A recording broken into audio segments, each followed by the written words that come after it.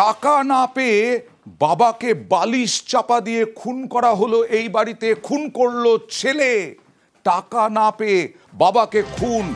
এটা বরানগরের শিশির কুমার রোডের ঘটনা। ভাবা যায় বাড়িতে একাই থাকতেন বৃদ্ধা, ছেলে কি করত সবটা জানবো। ছেলে কেন টাকা চেয়েছিল, কত বড় ছেলে, ছেলে কোনো রোজগার করতো কিনা সব জানবো। কথা বলবো সুবীরের সঙ্গে। সুবীর,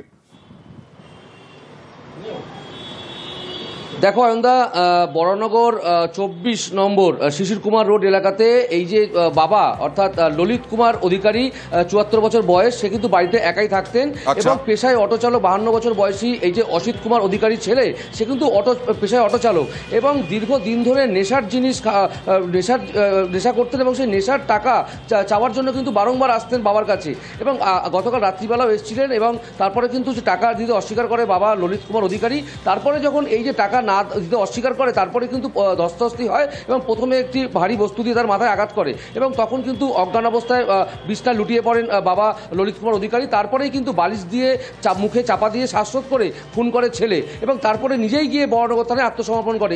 তার মানে নেশার টাকা না পেয়ে বাবাকে এইভাবে খুন করলো এই ছেলে।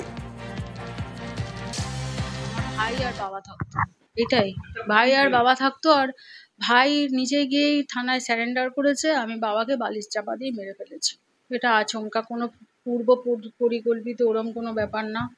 আর আমি জানিও না ঘটনা কি ঘটেছে দাদা, কি বলবো, নেশা তো প্রচুর করতো, ডিস্টার্ব তো ছিল। এখন সুস্থ মানুষ কি কেউ এই কাজ করতে পারে?